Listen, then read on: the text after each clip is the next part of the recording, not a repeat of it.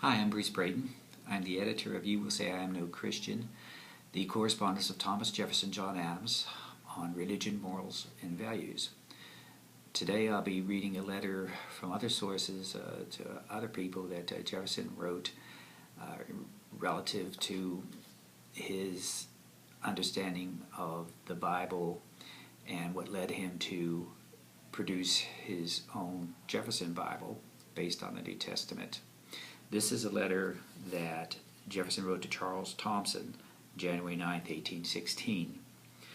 My dear and ancient friend, an acquaintance of 52 years, for I think ours dates from 1764, calls for an interchange of notice now and then that we remain in existence, the monuments of another age and examples of a friendship unaffected by the jarring elements by which we have been surrounded, of revolutions of government, of party, and of opinion.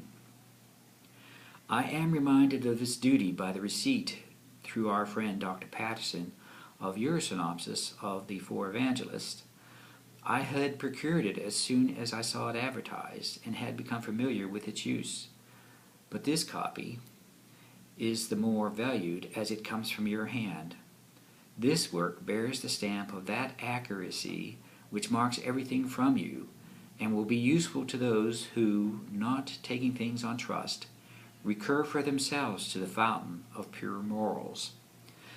I too have made a wee little book from the same materials, which I call the Philosophy of Jesus. It is a paradigm of his doctrines, made by cutting the text out of the book and arranging them on the pages of a blank book in a certain order of time or subject. A more beautiful or precious morsel of ethics I have never seen.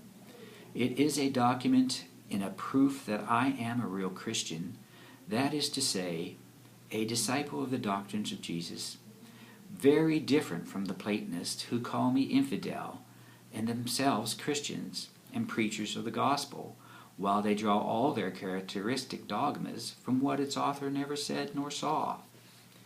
They have compounded from the heathen mysteries a system beyond the comprehension of man, of which the great reformer of the vicious ethics and deism of the Jews, were he to return on earth, would not recognize one feature.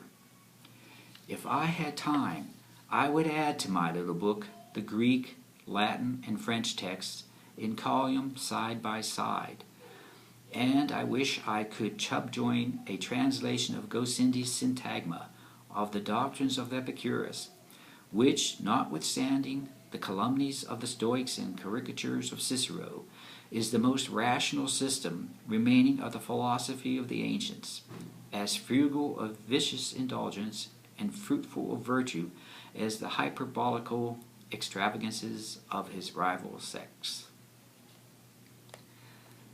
Thank you, and have a good day, a good evening. I'm Bruce Braden.